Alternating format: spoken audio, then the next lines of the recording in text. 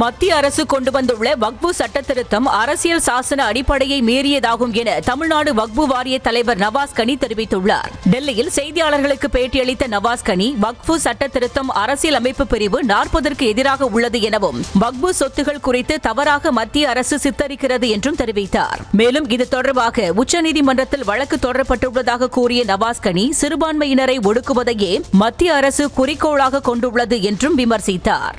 நாங்கள் இந்த சட்ட திருத்தம் அரசமைப்பு சட்டத்திற்கு எதிராக இருக்கின்றது. பிரிவு 15, 16, 26 எல்லாம் மீறுகின்றது.